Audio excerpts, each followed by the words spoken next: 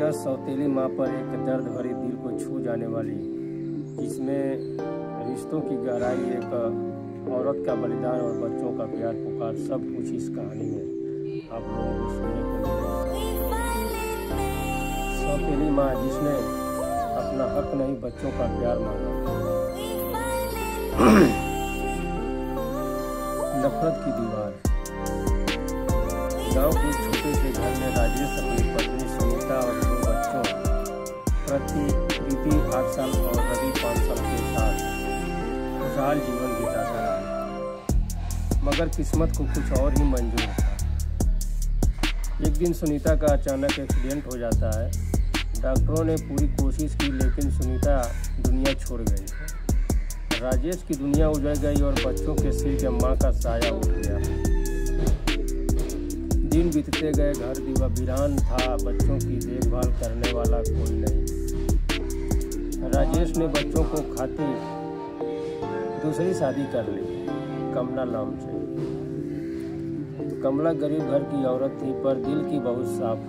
वो चाहती थी बच्चों को माँ का प्यार दें, लेकिन उसे बच्चे सौतेली माँ का टुकड़ा थे। रवि तो उससे बात तक नहीं करता और प्रीति रोज रोती रहती, मुझे अपनी माँ चाहिए। कमला चुप रहती है, आंखों में आंसू भरकर सिर पर एक माँ कहती है, एक बात कहती है, माँ वो नहीं होती जो जन्म देती, माँ वो होती है जो हर दर्द को समझ सके। एक दिन रवि के तेज बुखार में तपने लगा। रात का वक्त था, बिजली चली गई थी, अस्पताल दूर था। कमला ने बिना देर किए रवि को अपने गोद में उठाया और बारिश में भीगते हुए 4 किलोमीटर पैदल अस्पताल पहुंची। डॉक्टरों ने कहा अगर कुछ देर और हो जाती तो बच्चा नहीं बचता। कमला की आंखों से सुकून के आंसू बह निकले। उसके पैरों में छाले थे, कपड़े भीग चुके थे, लेकिन दिल में सिर्फ एक खुशी थी, मेरा बेटा बच गया।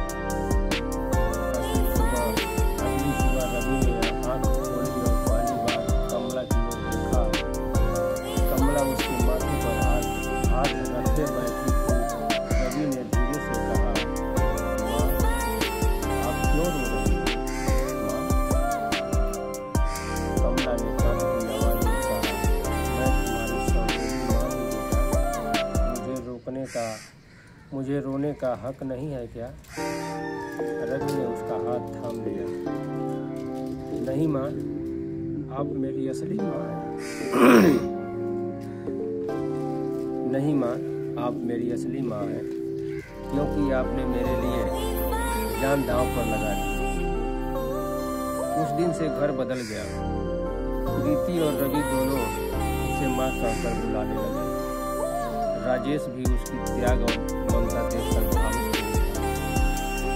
आंखों में आंसू लिए मुस्कान। सालों बाद जब बच्चे बड़े हुए तो कमला बुद्धि हुई। एक दिन प्रीति ने कहा, माँ आप सौतेली नहीं थी, आप तो भगवान का रूप थी। कमला मुस्कुराई और बोली, माँ शब्द को सौतेलापन नहीं बांट सकता बेटा। माँ तो माँ होती है, चाहे खून से हो या करुणा से। धीरे धीरे उसकी आंखें बंद हुई और कमरे में बस एक आवाज़ गूंजी, माँ उठो ना माँ।